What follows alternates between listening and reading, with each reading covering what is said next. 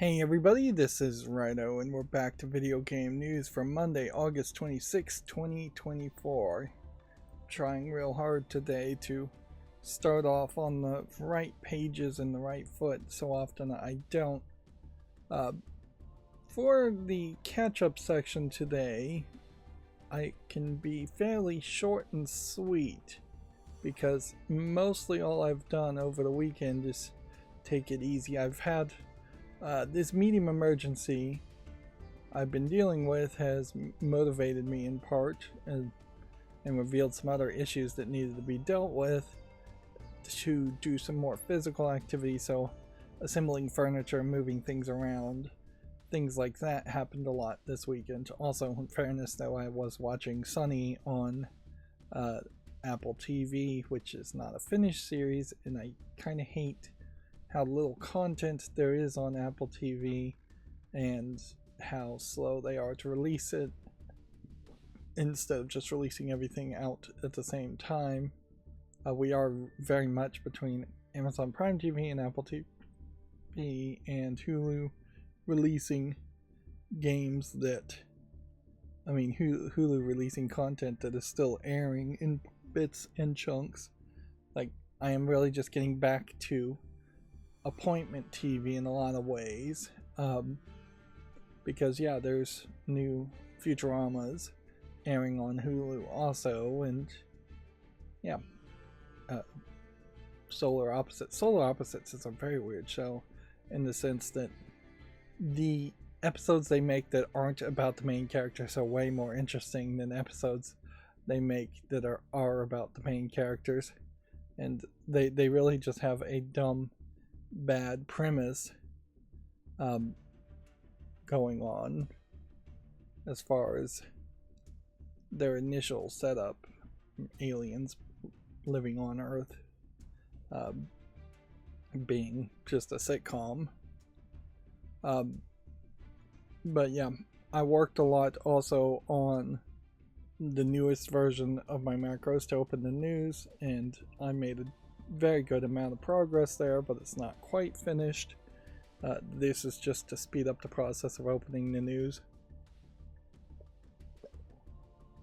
Meanwhile, I'm not really scheduling any videos still, and I'm starting to wonder if it isn't probably better to just accept the gap for this year and just not schedule anything new until 2025, although that is still quite a bit of time away.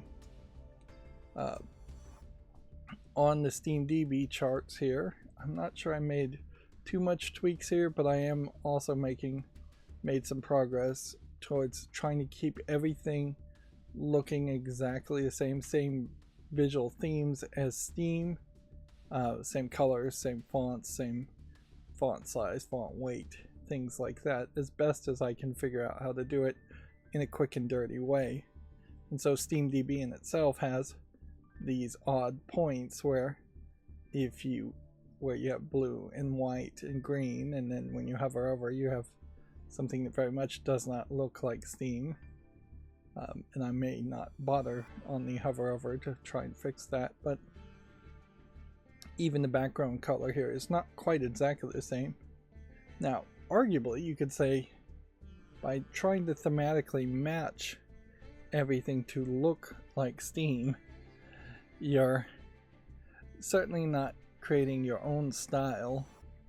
And so there is a next logical step to try and create your own visual style as far as colors and differentiate yourself as a streamer, as a content creator.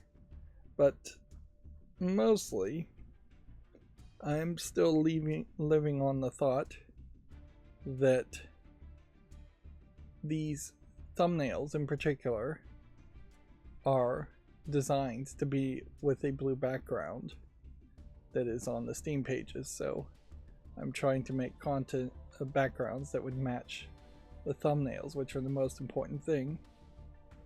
I also didn't give any extra thought into grabbing all of these trailer videos and doing something with that, although that is definitely a thought. Notice here, as I'm scrolling down the current 24-hour peak of games and players, there's not a lot to say about Black Myth Wukong. The numbers seem very high. I saw a news story we'll talk about later. It seems like PlayStations are selling quite a bit in China and selling out potentially. So there is just still a large amount of people still playing the game, which at most I think is really just telling me what the average gameplay length of this game is. I'm not sure what the replayability of the game really is. I've heard it described as a boss rush game, which would mean there's only a certain amount of replayability on there. But yeah, not hearing any news story around it, which in fairness, when a game comes out, whether it's received well or not, there's not likely, and there really shouldn't be any news about it in the first few days of its release, unless it is just news saying the game is a buggy mess and don't buy it. Reviews in general. Deadlock is out now. It has an official picture and all.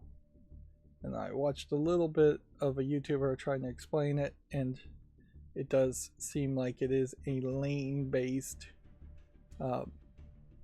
esports kind of game. Weirdly, to me, it seems like there is only one map. So I think very quickly they're going to have to throw in at least a second map. But it also definitely feels like it is just a game that is going to want its player base to play over and over again the exact same maps. And I assume Valve is hoping that works. This is interesting, hovering over Dead by Daylight and seeing a Lara Croft crossover video, which that might be a little bit of an issue, certainly. And then this Space War from Telltale Games seems to be still being played by quite a lot of people, surprisingly.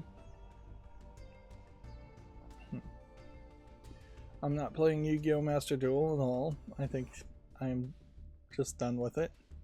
I'll probably do the single player stuff, but at this date, more than likely I am just going to fall down in ranking, and almost certainly I'm not even going to get the rewards for any of the events going forward, including the current one. There is also this point and, well, yeah, I want to call it a point and click adventure, but it really isn't. It's a text-based adventure, more like Sierra Games, that's not on this list, that I'd want to mention. It is a brand new game. I have heard from a review that the text parser is better than older games would have been, but it is also still just kind of a weird kind of game that I think I'd have a level of difficulty justifying or finding the motivation and the fortitude to stick with, particularly making content around that. That definitely seems like that would be a hassle, to say the least. One of the things I definitely need to do is I take steps between either tweaking other HTML CSS code, which is a more simplistic artsy kind of programming, and then programming the macros. I'm trying to bounce between those two and keep my efficiency very high. But yeah, I need to redo this chart to be in line with the color palette, at least to some level. At least have a blue background and white text. Clearly I also need to make this chart a lot more scaled down as far as not showing just a top 100. And you can see here Valheim is really defining now that we have 5 data points where you just start to see a fairly large drop off. And if at the end of the year I was talking about Valheim or Rocket League, then I'm probably not being very focused on the actual games that made a big splash that year. Yeah, Binding of Isaac Rebirth is kind of a great example too, in that there are going to be just a lot of games that are constantly replayable. They have their audience, and that audience is just going to keep on playing. But yeah, this here, Darker and Darker, and this here, Crusader Kings, indicate bigger drop-offs, where the rest of these are still fairly linear. And in the end, it probably will always be fairly linear, because the only way I think this chart could possibly have major drop-offs is if there was just a group of games that were played a lot and made it to the SteamDB Top 100 chart, and then there was a huge gap in the middle of games that weren't played that much, to the point where that gap in the middle would have to be different games, each taking points away for the slot that they're in.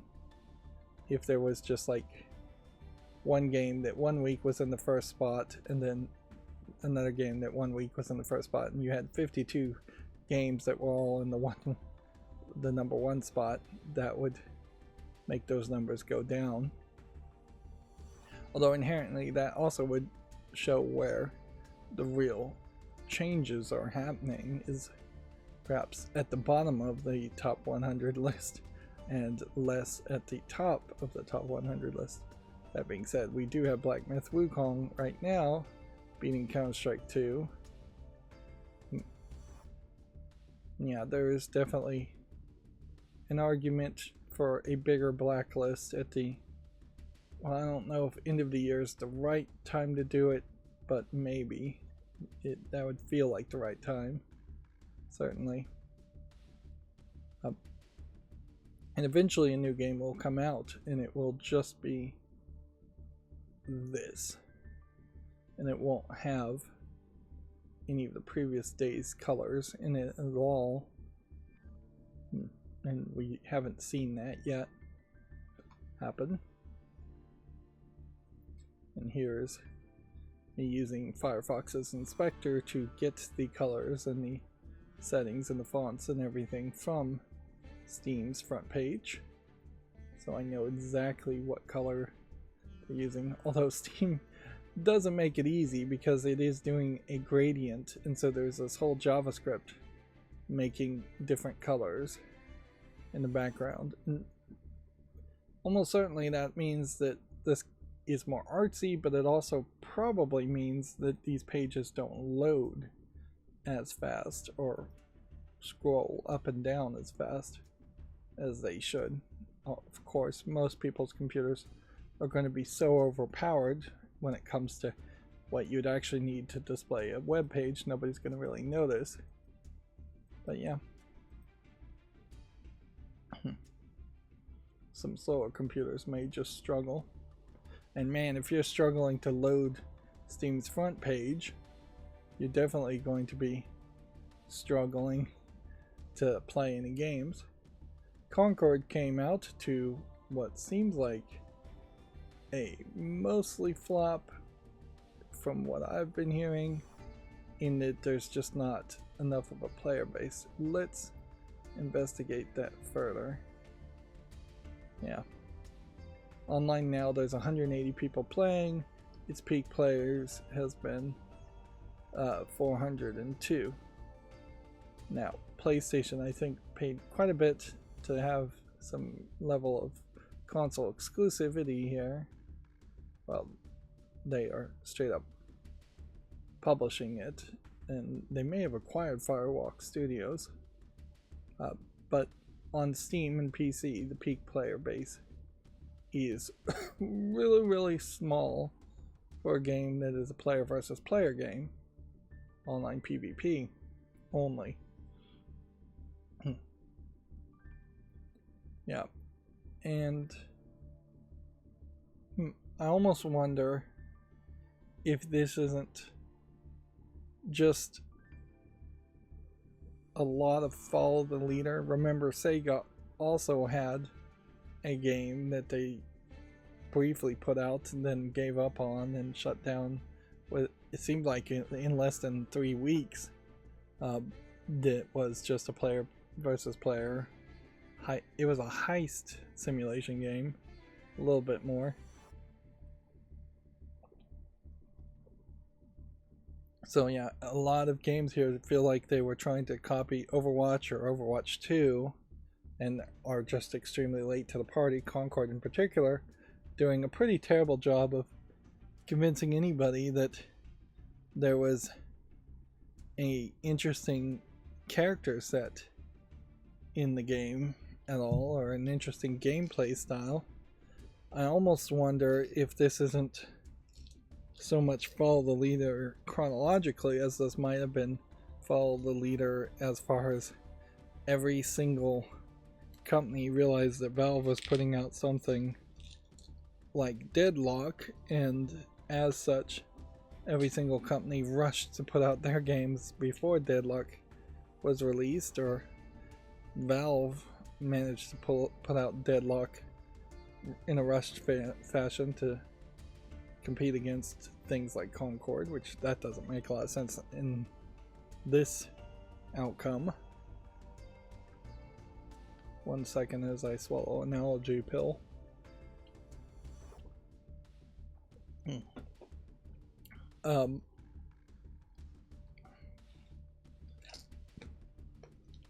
Yeah.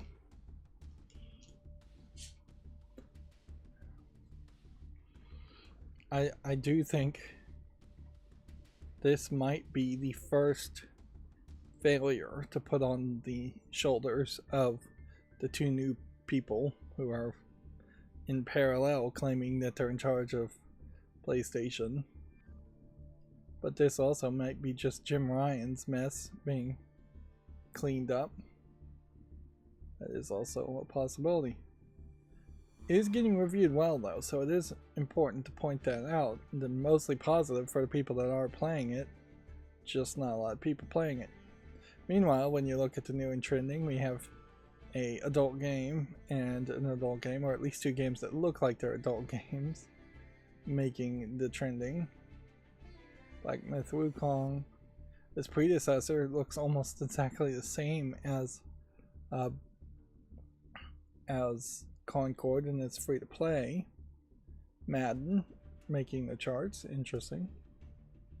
And some other games.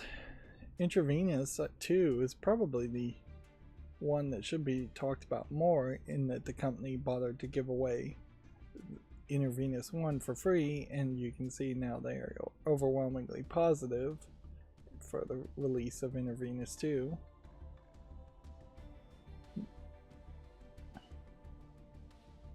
There was a conversation I saw on Reddit about how pirates must be the most cursed setting for video games, and it really is. I just don't think the concept of pirates alone works. It works in the sense that you can take the best of the best from the Pirates of the Caribbean movies that Disney made and do something with that. And admittedly, the best of the best of the Pirates of the Caribbean movies that Disney made were heavily influenced / stole ideas from The Secret of Monkey Island, but when Secret of Monkey Island works as a comedic pirate parody, not inherently a pure pirate simulator game. I hear Sid Meier's Pirates, which is a very old game, is still very popular. But if you're talking about a game from decades ago, and that's your one thing to point to say pirates are successful, inherently I would assume what the case is that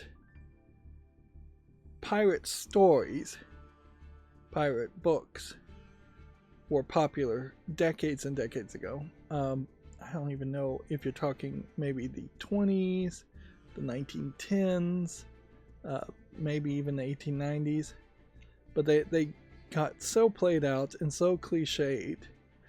Treasure Island, inherently, just establishing and creating cliches and that then get replayed over and over again.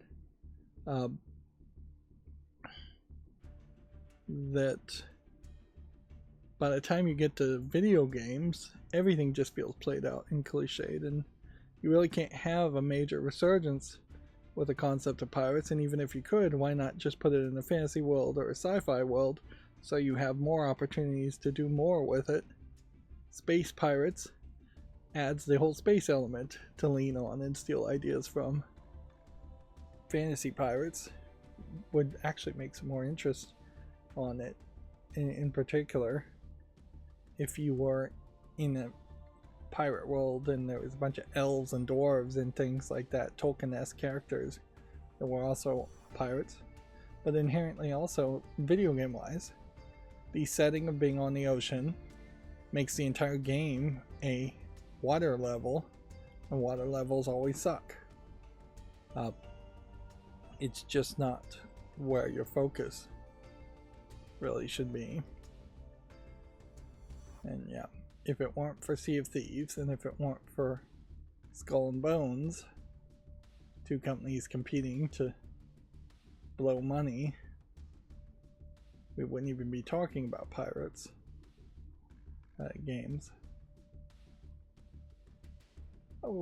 Otherwise, there's not a lot going on. I saw some YouTubers playing this a little to the left, and yeah, it looked like something that my OCD brain might enjoy as far as figuring out different ways to sort and organize it. Although at a certain point I have so many things in the real world that I need to sort and organize.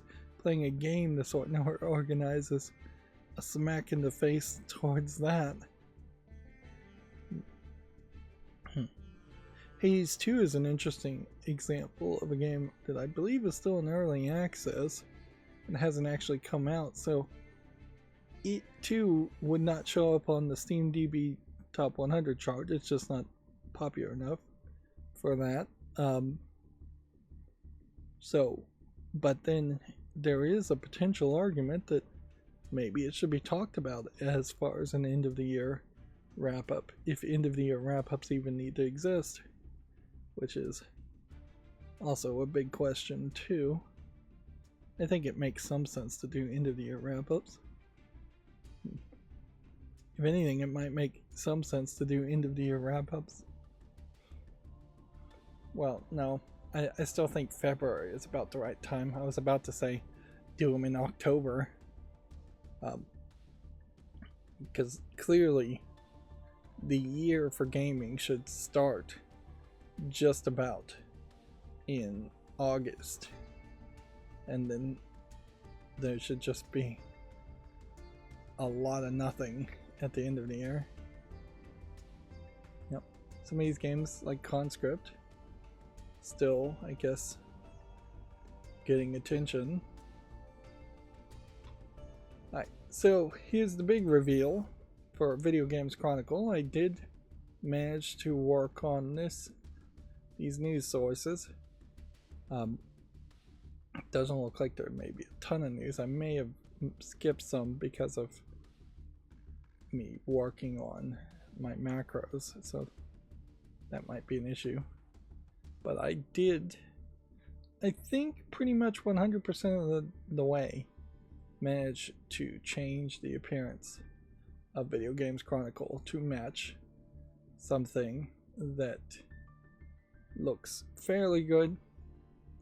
There might be something wrong with the fonts, and maybe I should get rid of the fonts and just let Video Games Chronicle use the fonts it wants to use instead of trying to force it into the fonts that Steam uses, because particularly here this does look a little blurry to my eyes. One of the furnitures I assembled was going to put a monitor in front of my face, closer than the 8 feet away. Frankly, just right in front of my face, so maybe 2 or 3 feet away.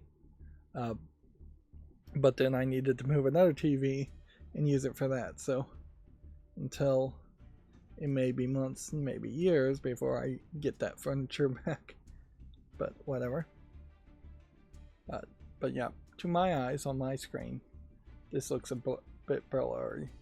Looking on the screen preview, which is scaled down, it looks fine.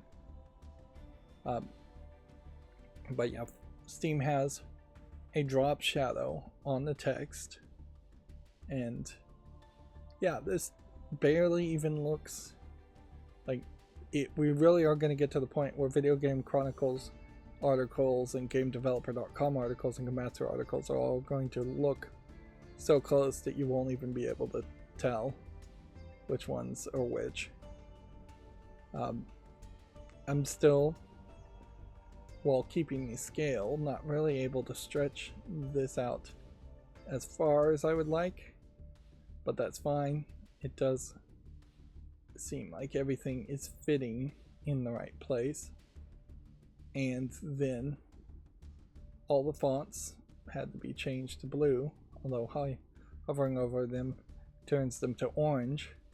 Remember, GameDeveloper.com has a orange and white theme by default, so I need to go back and adjust that if I care.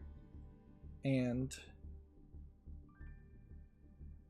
some of this was working, but some of this needs more work as far as tweets and embedded tweets. Like here should look closer to something like that, where it should be white text on a black background, but the black background didn't work on this page. Then we've got a VGC right here in the little corner, and I guess we'll leave that.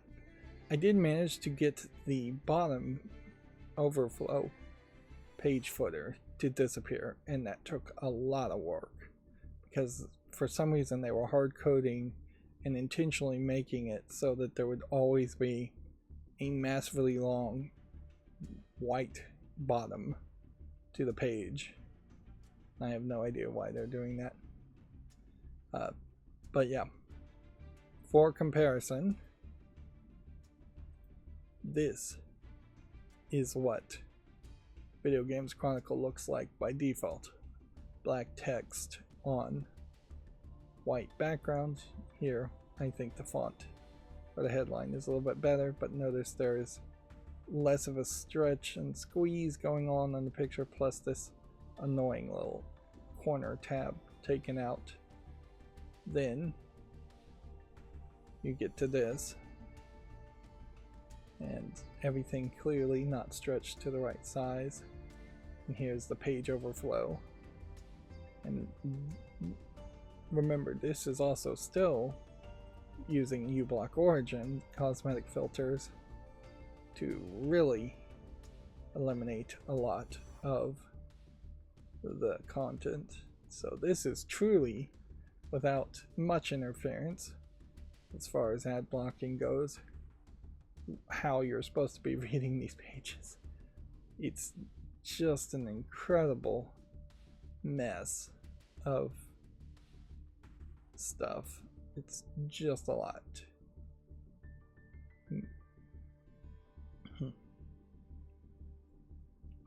So yeah, that just changing the CSS without turning on ad blocking would turn it to look like this, just to show it. But yeah, that is no way to present information. So yeah, massive amounts of work. Unfortunately, still having to use uBlock Origin and the CSS override extension that I have. I'm not sure what it's actually called. CSS override is what it says. I would prefer to just be able to CSS override everything and block the other visual elements and limit how much uBlock Origin has to do, because that would just increase the performance of the pages when they load, when you interact with them, and that is a factor when I'm opening hundreds of pages, potentially. So let's actually read the news now. Sonic 3 movie social media account teases Keanu Reeves as the voice of Shadow, which, okay. I guess Keanu Reeves was a character in Death Stranding. Inherently, I would have to say I kind of don't care about Keanu Reeves.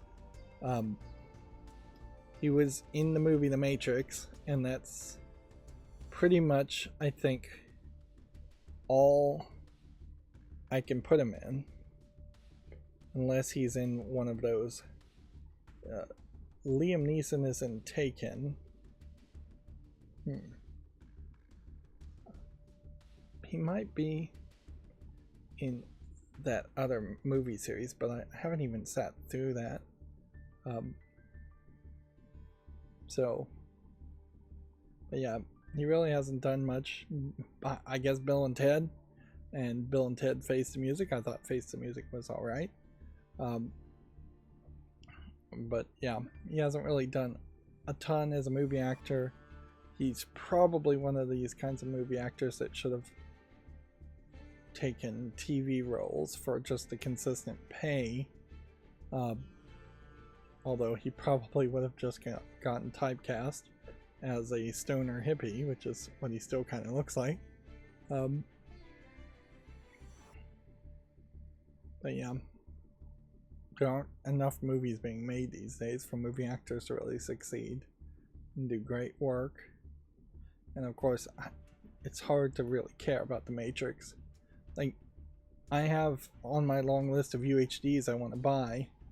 Like, theoretically, I'd like to own The Matrix on 4K or even 8K UHD, because I imagine they would spend the money to upscale that and make that look interesting. But the only way they're going to sell it to you is if you buy, like, probably the Matrix box set of 1, 2, and 3. Did they even make a 4? Maybe they did. Yeah, they did make 4, didn't they? And weirdly, I imagine it probably won't include the Animatrix, which is more interesting, frankly, for me to own. But yeah, there's several movies that people get obsessed with. They just see it when they're a teenager, and they just talk about it way too much. The Matrix was one of them. The Big Lebowski is another one. Godfather, Scarface, I think, are another one.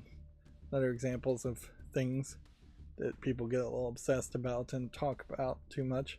Fortunately, I do think that's kind of died down. I don't think teenagers these days are just having their mind blown by a single movie to the point where they would talk about it for years on end. A lot of people, I think, define themselves by having a favorite movie, whereas if you ask me, I'm not sure I really could even say what a favorite movie is.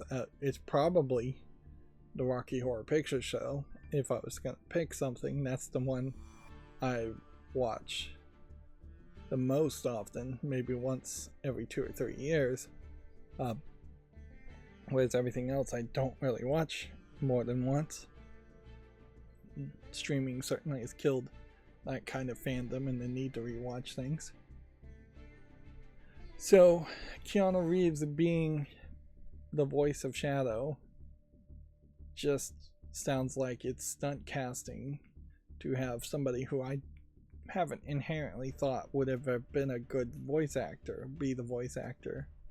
And increasingly we're seeing stunt casting happen instead of animation or semi-animation, getting proper voice actors who actually know what they're doing.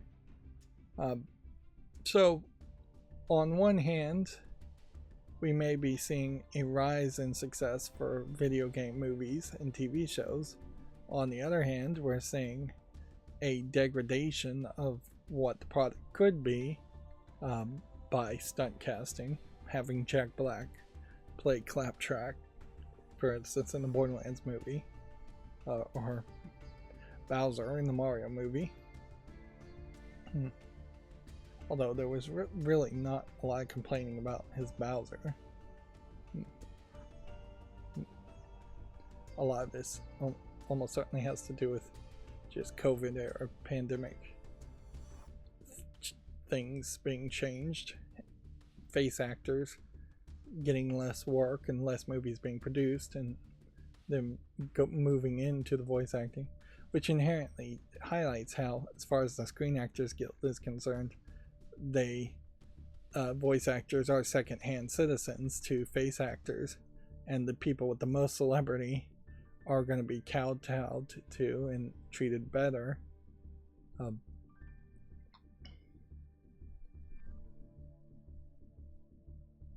The next story we have here is Crash Bandicoot 5 was cancelled in favor of live service games. It's been claimed, which is definitely believable for the time. I guess I didn't work on stretching out the YouTube videos as much as I should have. So, yeah. One of two things need to happen here. I'm not going to watch this whole trailer, but one would be to either stretch this to the full width, which is probably the right move, because that will be less content ID automatic strikes, for lack of a better term, matches is the real word, but yeah. Or at the very least I need to center it. And inherently that is going to be always the issue, is that in the middle of these live streams I'm going to realize there's some tweaks that could be made, and then that is just the wrong time to actually do it. So I'll have to remember to do it later. PlayStation launches a new capsule fashion collection with the Japanese street brand Soft, S-O-P-H, which, in fairness, it's fairly subtle, but if you're buying expensive clothes, why are you buying expensive clothes with brands on it? One could say the exact same question for Nike shoes, but yeah. Inherently, if I was wearing expensive clothes, I'd want it to be so expensive that people are actively complimenting me and asking where did I get that shirt, where did I get that outfit, and then you can say the name of the outfit.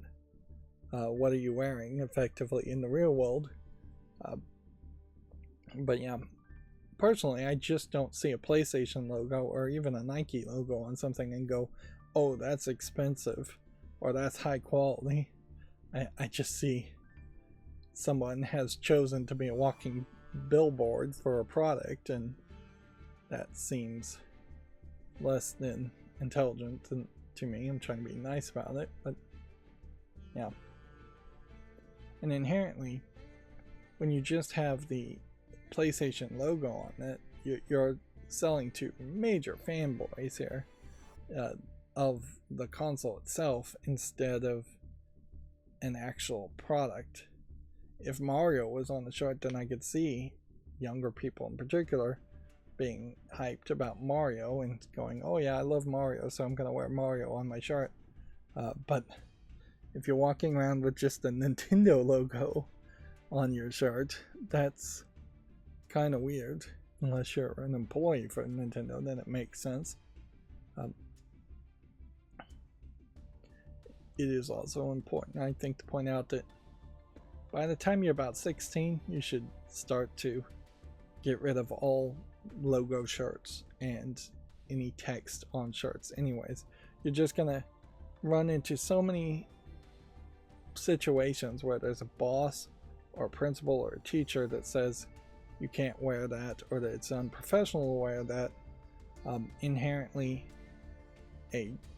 golf t-shirts are about the most casual thing you can wear. The golf t-shirts are like short sleeves with a button-up neck and a collar, and maybe they have a logo over the breast pocket, a small logo over where a breast pocket would be. There isn't actually one there, but usually they don't even have that. But yeah, you really should be looking more towards button-up long sleeve shirts that you would approach suits and ties and slacks. Many places you can get away with jeans, but you probably should own slacks also. But yeah, just get used to dressing like that. That is going to be your work uniform. That's going to be your school uniform in many cases. And yeah, there's just kind of no reason to even waste money on stuff that would never really feel appropriate unless you're going to clubs. I guess if you're rich and going to clubs, this might make sense. And that's, I guess, way more to say about that than I thought I would have had to say about that. Valve has officially announced Deadlock weeks after footage started appearing online. The game is in early development, it says. I would agree with the early development element. It definitely feels like they may have been rushed a little bit to release it, where they may have wanted to put out 2 or 3 maps in the initial launch. Now remember, this is also the game that had a skyhook type mechanic where you could jump up and, or at least one character could jump up and skyhook and swing around in the air. There's some of that, but it doesn't seem like it's a major thing. It really feels like there's some small places where that can be done, and maybe only one person can actually do it.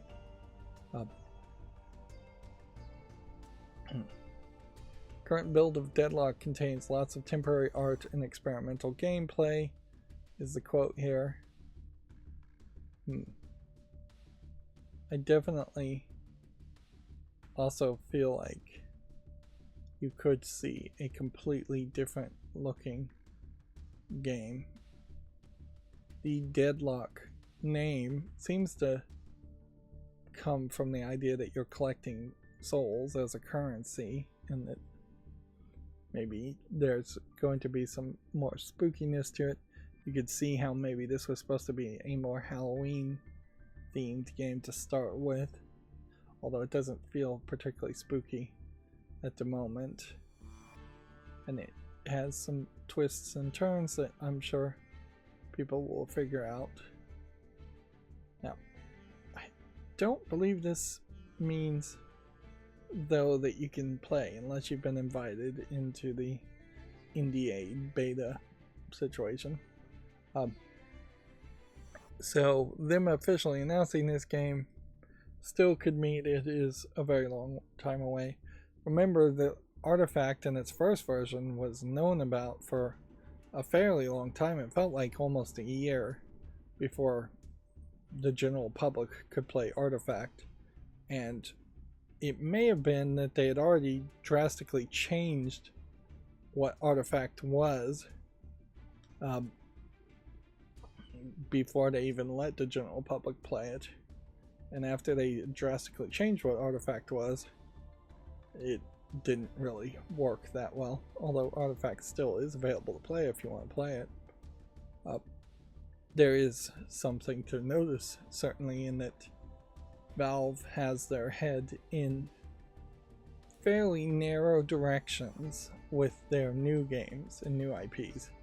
In that Artifact was a lane-based card game trying to be an esports MOBA game. No, MOBA might be the wrong term for Artifact. Yeah, I think it really is. Massively online battle arena doesn't really match Artifact, does it? Multiplayer online battle arena, whatever MOBA actually stands for. Deadlock might be more of a MOBA game. But yeah. clearly they've decided that there is a need at Valve to constantly try and develop the next Team Fortress, the next Counter-Strike 2. They've got to keep that audience, and they want to try and grow that audience, although I think that saturation there may be well past 100% for the number of bots in those games. Perhaps there is a hope that one of those games would launch and become popular enough that they could shut down or make drastic changes to Team Fortress 2 or Counter-Strike 2 to get rid of a lot of the bots. But very likely they just don't care about the bots. So it'll be interesting to see if you start to see cheaters and bot players show up in Deadlock in massive numbers on Steam. But yeah, they definitely feel like they need to make those kinds of games. That being said, they also seem like they are open to making different types of games also, and so they may just be back in the business of making games, although they're not straying too far from the tree. Half-Life continuations or new games are still very much in the wheelhouse of Valve, and we're definitely not seeing anything being made outside of the Source Engine 2. Not seeing anything that isn't a first-person or third-person perspective shooter style of game, really, other than Artifact. I guess that's the one exception there. And I don't know if I have anything else to say about Deadlock. I did see a nice video on YouTube where there's this new GTX no, it's called like ray tracing capture feature or injection. Ray tracing injection maybe is what it's called.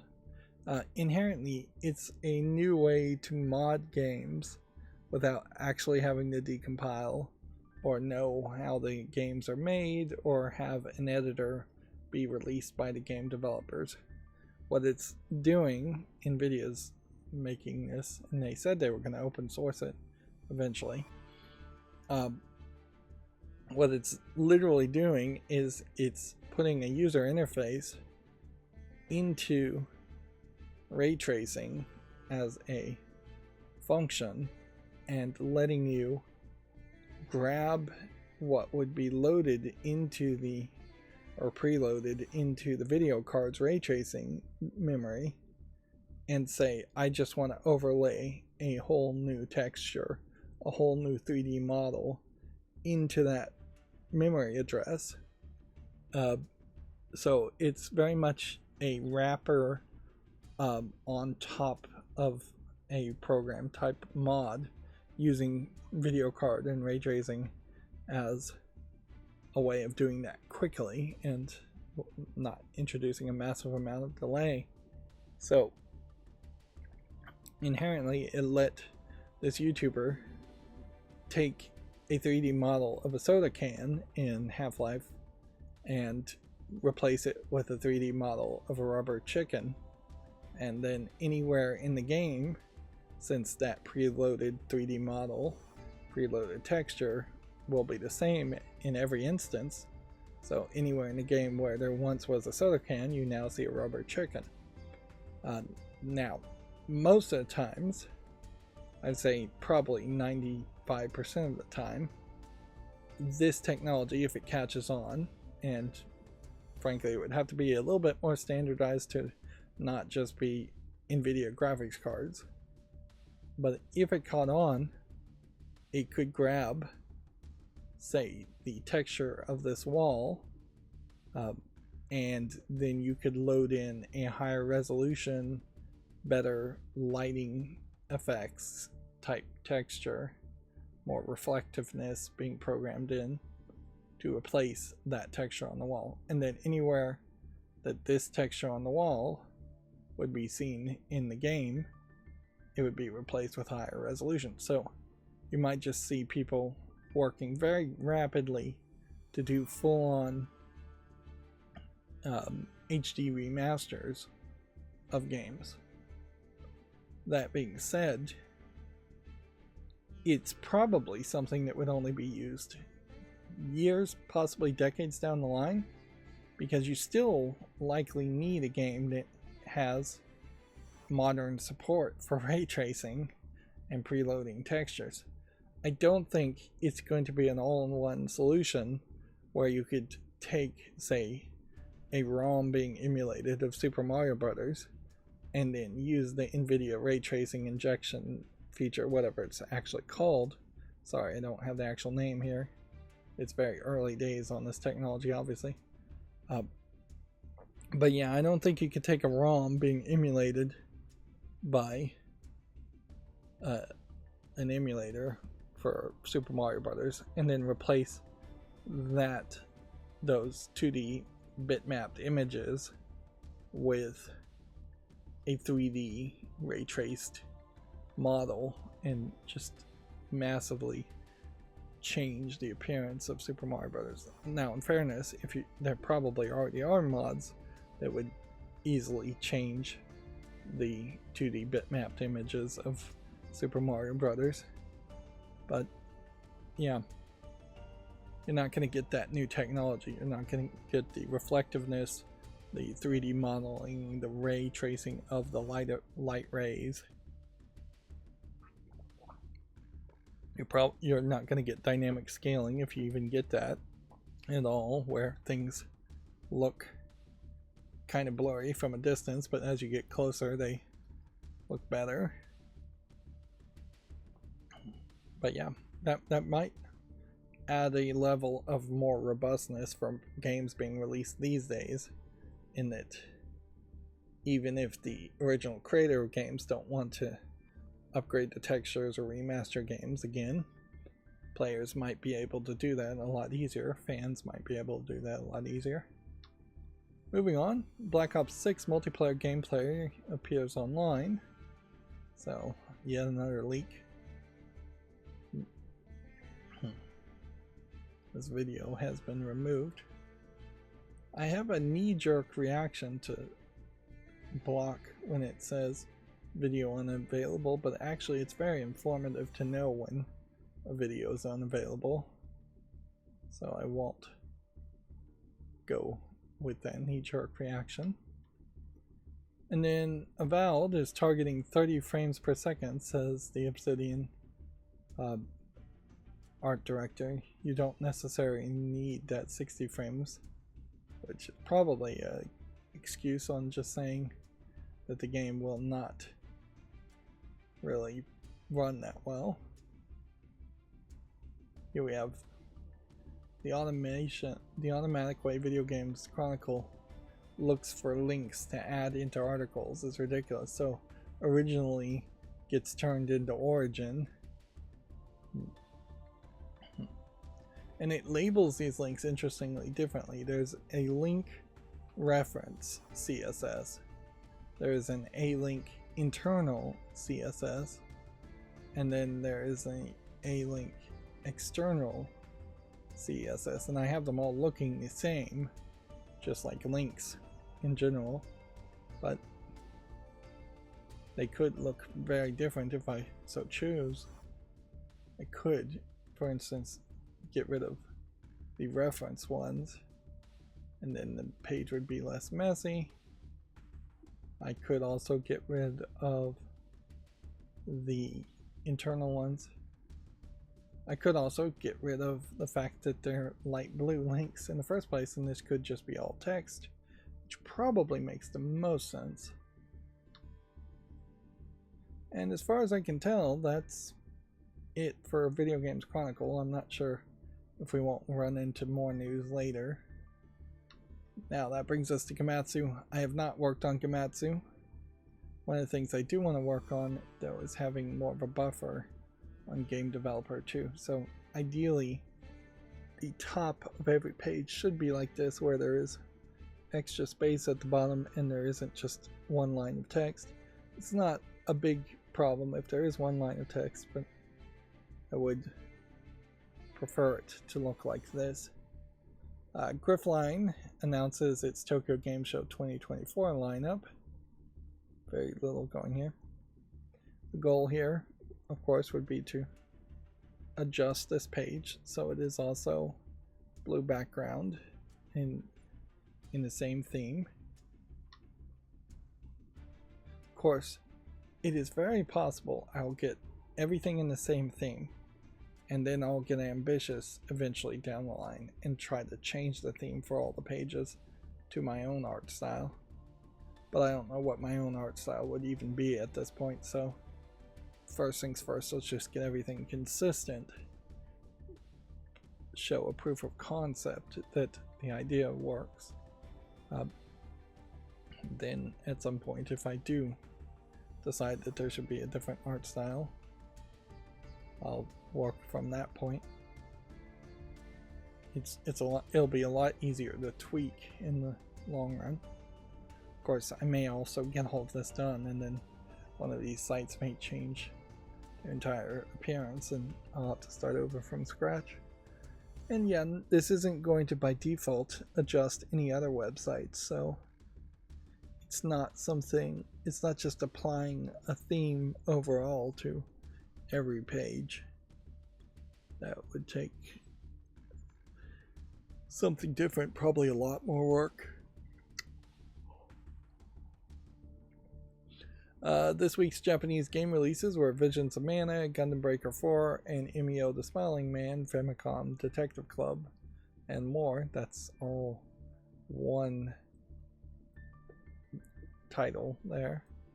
Star Wars Outlaws, Vampire Survivors, and Witchspring are getting second billing.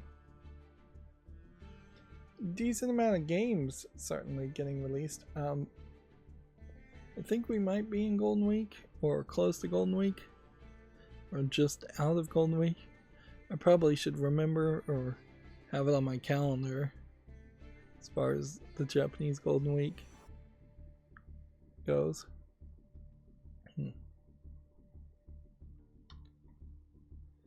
Let's see, the King of Fighters 30th anniversary website has also been launched, which I guess the question is, when was the last King of Fighters game, and when is the next King of Fighters game?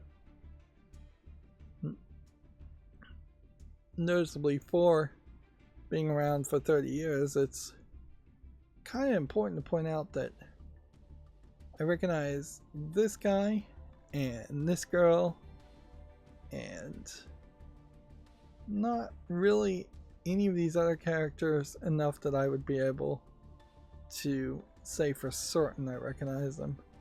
This guy with the big ball, maybe I've seen him. These two girls here, maybe I've seen them. Maybe I've seen this girl, maybe I've seen this guy. But yeah, if you showed me some of these characters, I definitely would not be able to really place them. And even this girl and this guy, I'd have a hard time placing them in the King of Fighters series.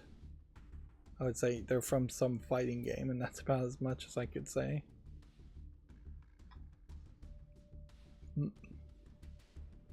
Then it looks to me like we've probably got some things out of order. Is Gensoku Wanderer Foresight getting very mixed reviews, and from May 14th, so while I'm looking at it, I can at least see if I can take it off the follow list.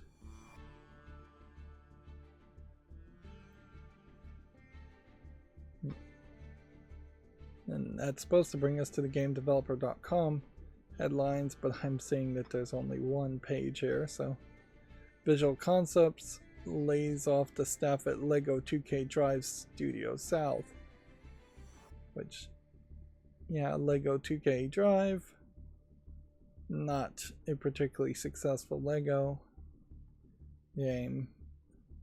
In part, I would assume that because it was just not promoted very well, but also in part because I just don't think Lego translates into video games well as a driving game, a racing game. It just doesn't make a lot of sense. It speaks to a base misunderstanding of what Lego is. Yes, there are some Lego sets that have cars, quite a lot of them, in fact, and I'm sure very young kids do like the Lego cars and play with them like kids of old might play with cars. But I think by the time you're even 6 or 7, Lego cars are more things you put on the shelf to show off, not things that you want to pretend are moving fast and rolling on the ground. Lego cars have never been particularly good as toy cars. The pieces fall off and break and all of that. Even when they tried to have more electronics in the Legos, and where you can make little robot RC remote control cars, that was always too expensive for most kids to embrace as far as a Lego concept. Yeah, and if I was a kid, I'd probably still want to just play with Hot Wheels if I was in the cars over Lego, because Hot Wheels just look more like cars than the Lego cars ever could. That is not the end of the show. I'm still needing to move around all these interstitial things. And yeah, my new macro is going to avoid doing any faultless cleanup. This was the page that I was working on to adjust the appearance of Video Games Chronicle. Here's the story where PlayStation 5 is reportedly selling out in China following Black Myth Wukong launch. Like, demand for the game has resulted in PS5 scalping.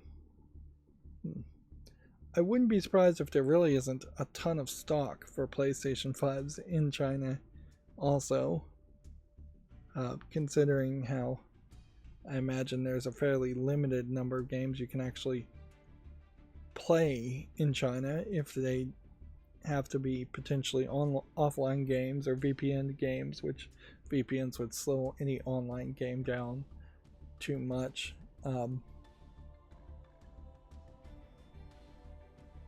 yeah,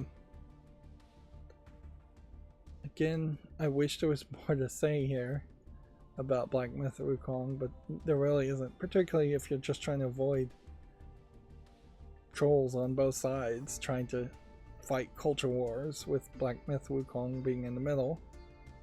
Here's what the tweets ideally should look like.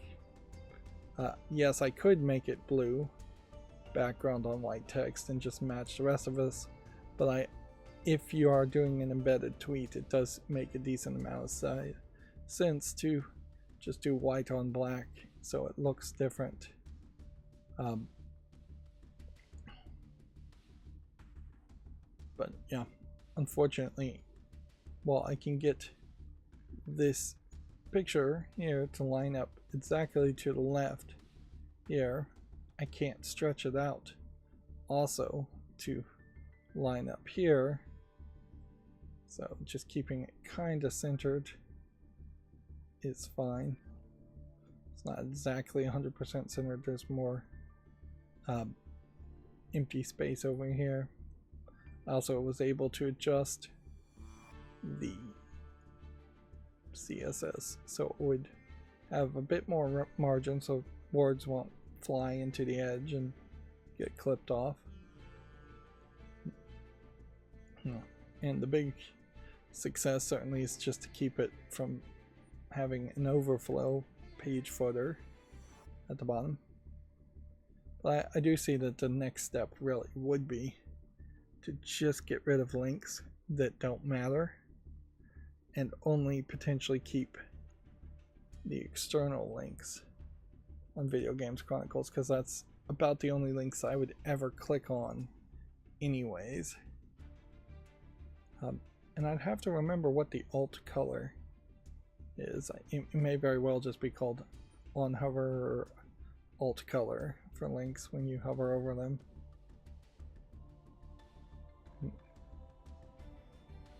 Yeah. for reading purposes in particular, it kind of makes a lot of sense to get rid of all the links and just make it simple text. The Smurfs Dreams gameplay trailer is available on Gematsu if you want to check that out. There will still be subtle differences, even if everything does look the same. I could work very hard to get rid of as many subtle differences as possible, but kind of doesn't matter. Although this is a great example here. Gematsu is using, just by this default appearance, is somehow blocking 160 elements from uBlock origin.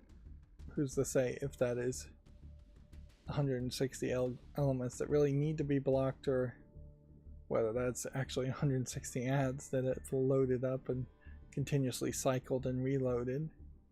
It does seem like it is the case that several pages do just continuously cycle and try and reload more ads, because this did just jump up to 161.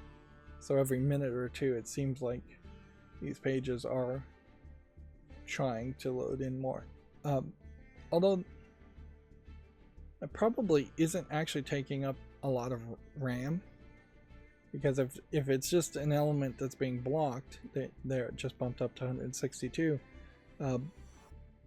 If it's just being blocked, that shouldn't really take up that much RAM.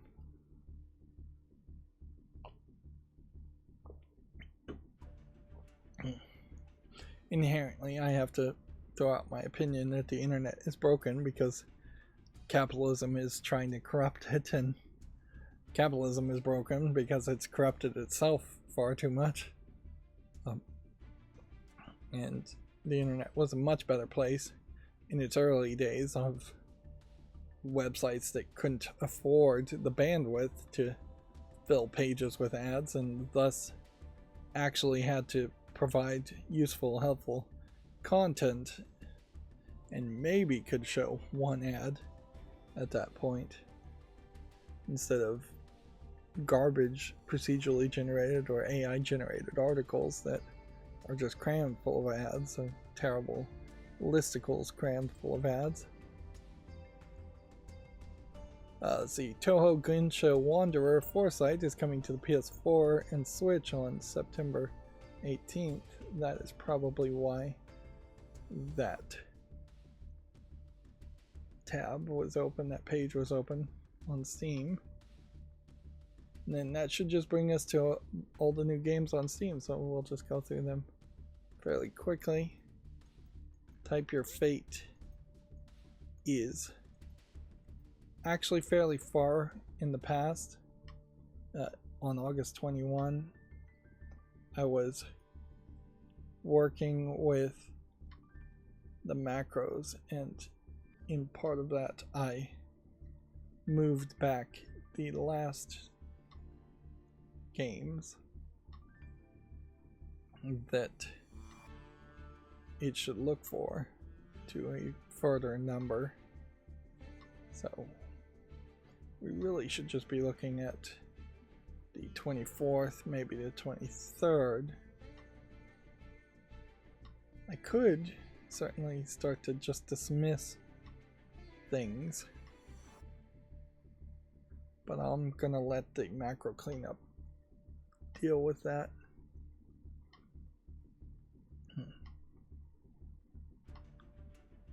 One of the things I've done working on the next version of the macros is to collect all the links and then open the pages as a second step that will potentially speed up the process, but then have a third step where we curate all of the links at the very end, just until you can't curate anymore. So it's going to just assume you'll be all the way to the left as far as the tabs, and it's going to move all the way to the right. And it's going to look for any pages that are Steam pages and see if any of these tags have things like not safe for work or nudity or things like that, and just automatically close those tabs. That's perhaps potentially a little slower because you're going back to pages at that point, but I think it will just be an easier way in which that works overall. This does give a good example of what we may have missed. I think I can now justify removing Skull Bones from the follow list. Light Ray. Looking for things that would be either the 23rd, probably the 24th, and aren't already on the follow list.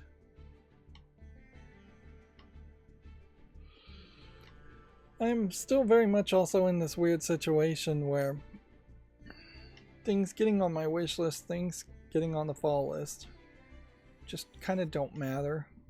They're just not playing enough games to really justify needing to buy more games, particularly games that I haven't been wanting to buy for a very long time. There's still a lot of old games to potentially buy instead.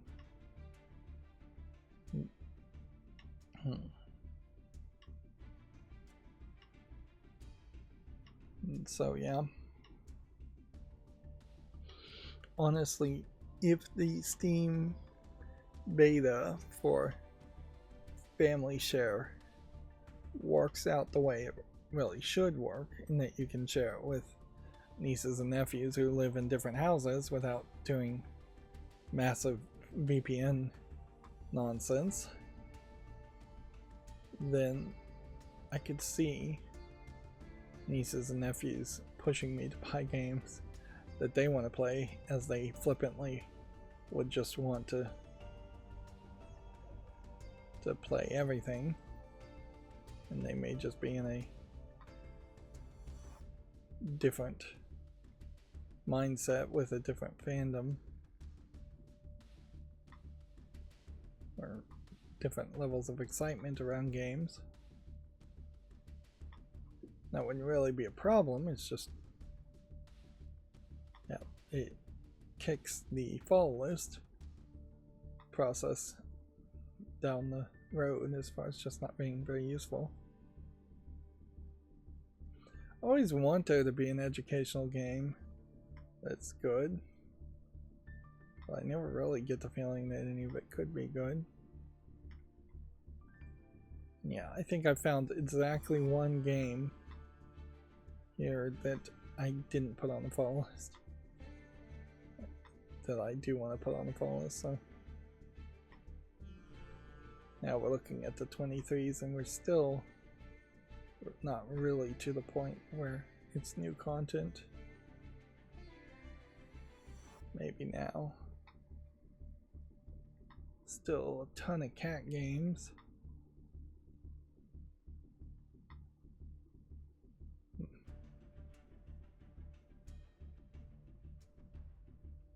I'm gonna give this a chance just because it has slightly different art style. But yeah, it is still questionable whether you actually can share your games with people who live in different cities or different states in the United States, or different countries. It seems like they probably won't allow that.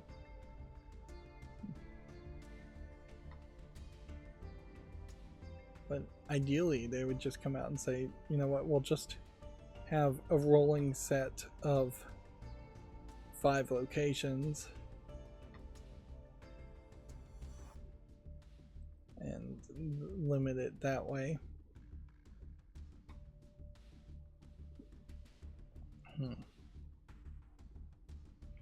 This Compass of Destiny might be something, but I'm not going to highlight a prologue.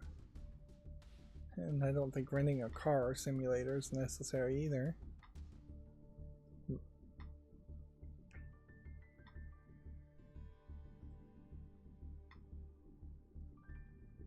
I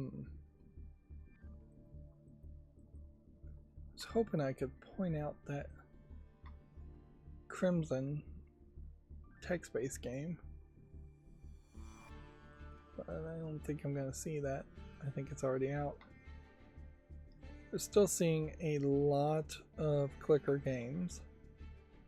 Still seeing a lot of nothing games.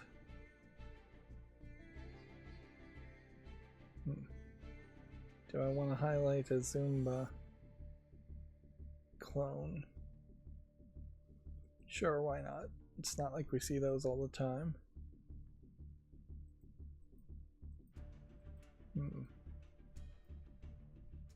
This is a weird art style, but it's not one I think that's good enough to...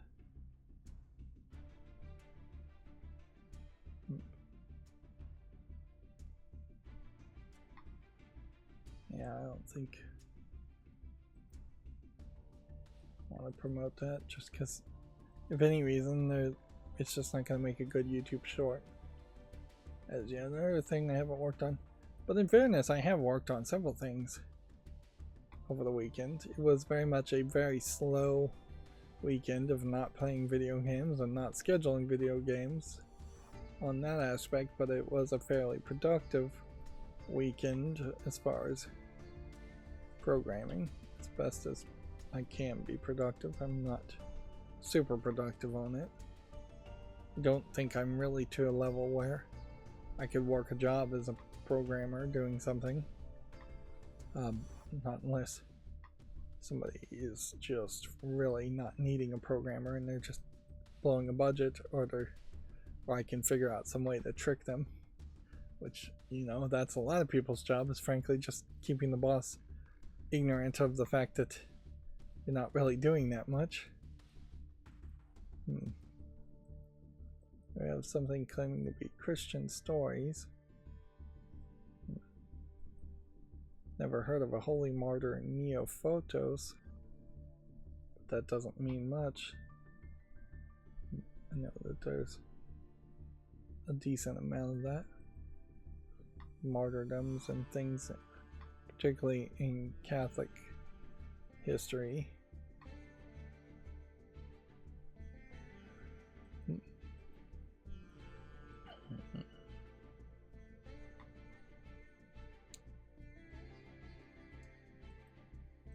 See, you release a game like this and you call it a remaster, and it's hard to really believe it's been remastered much.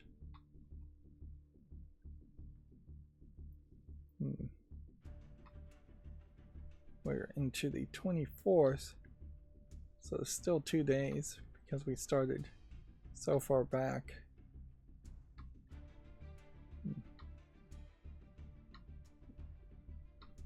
Still mostly garbage. I don't think this one supports English. Otherwise I would have given it a chance.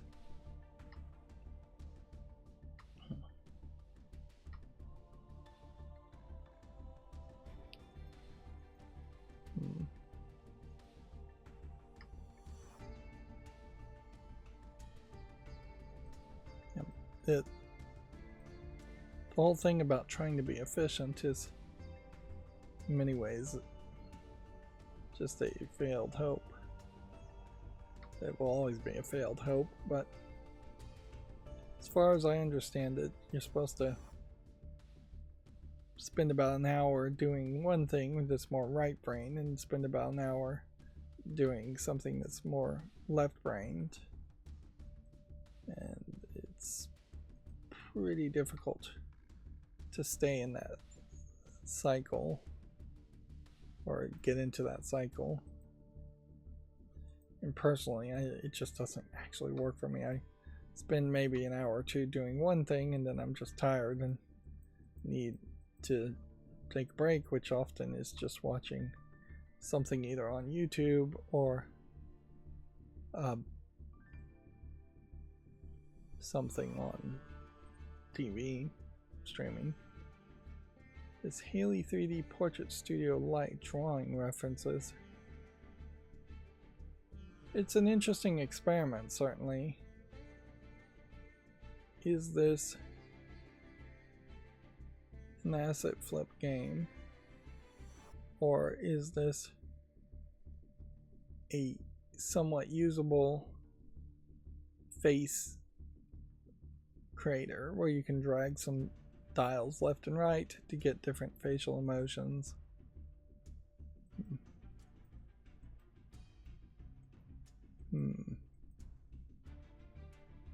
That's an interesting question, but I guess inherently it's not a game, so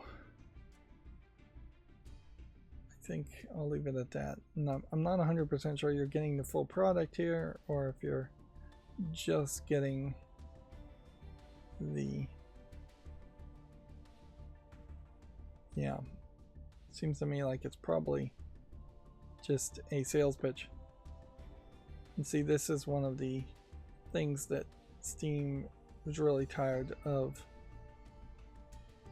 seeing, which is links that either will take you around in circles in this case, or links that would just promote other games. Although it is noticeably interesting that this is the thing that, yeah, they seem to have all kinds of different references here also being advertised. It is interesting though that that is the thing Steam is cracking down on too, and that's the thing that's irritating them, is cross promotion.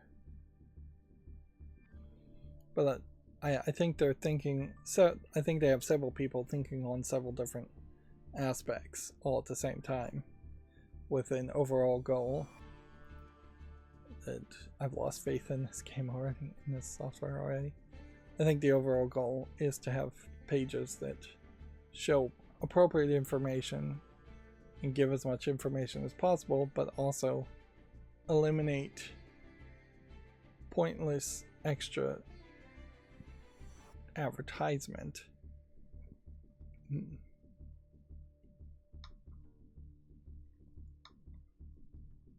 Let's see. Moving on. We should be finished fairly quickly. We're at the 25th now. Oh, up to the 26th. So yeah. There is still a case also of free games. That I don't want to add things to that are free unless they don't have in-app purchases and are reviewed, have at least 30 mostly positive reviews in 30 days. I don't want to fill my library up with games that turn out to be garbage or that I just have no interest in.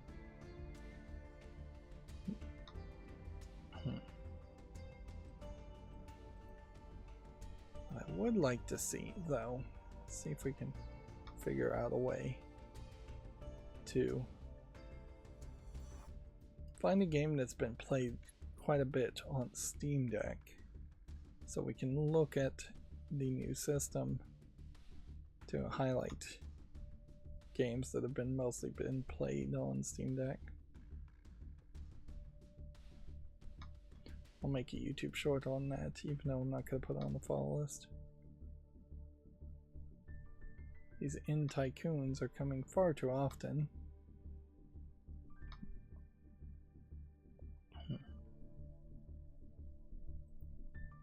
I'll give that a chance.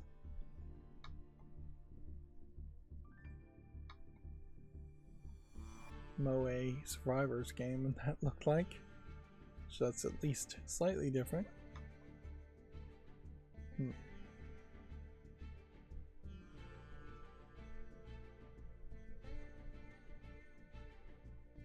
I don't know if this is particularly video game related, but it is United States censorship related. There's a couple stories worth mentioning that Europol is apparently trying to pass laws that would let them have backdoors and spy on anyone in Europe and hold on to that data forever. And there's been another case. There's been I guess a couple of cases, I hadn't heard about the previous ones, of somebody using AI image generation to make, one would assume, realistic child porn, for lack of a better term, which, yeah, being arrested, I'm not super surprised by that. If he's convicted, I'll be a little bit surprised by that, because that would smack in the United States against the freedom of artistic expression. Obscenity laws, though, in states are very much generic, and they federally should be shot down by the Supreme Court, but they won't be.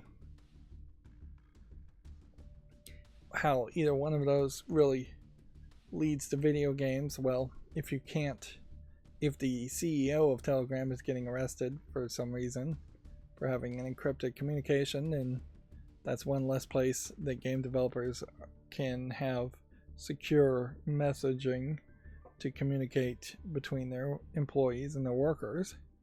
And if AI generation and artistic expression gets eroded, then you will start to see things even as far as something like Lollipop Chainsaw be attacked by censorship people, because it is definitely a slippery slope. And I know people roll their eyes at the slippery slope arguments, but it is definitely a slippery slope that they will come after the most extreme versions that most people can agree with, they find distasteful,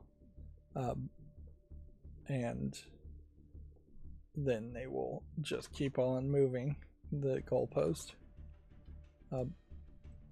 Inherently, AI generating of any art only victimizes perhaps the original creators of arts that have been sampled using the AI generated content, but it isn't victimizing an actual child, nor would I argue is really harming society in any way for what somebody may be doing in the privacy of their own home and in the privacy of their own mind. But yeah, nobody ever wants to side with the free speech advocates, or almost the absolute free speech advocates, which I don't even know if I'm 100% pro absolute free speech, but you definitely have to start that way to be a free speech advocate. You have to start with almost everything should be allowed, unless you can make a really good argument that it shouldn't be allowed, and it can't really be an emotional or moral argument. But yeah, that's another story that we probably will never hear the outcome from. Plea deals likely to happen. Inherently, they want to create as many precedents in court cases of people just making plea deals or pleading guilty,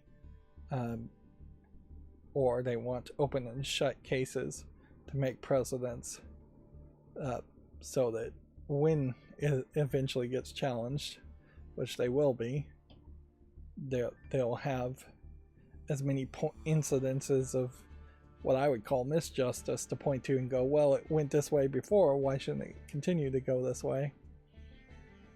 Meanwhile, it's also still worth pointing out that in the United States, the prisons are overflowing and incarceration is massively high. So that's another thing to question on these things.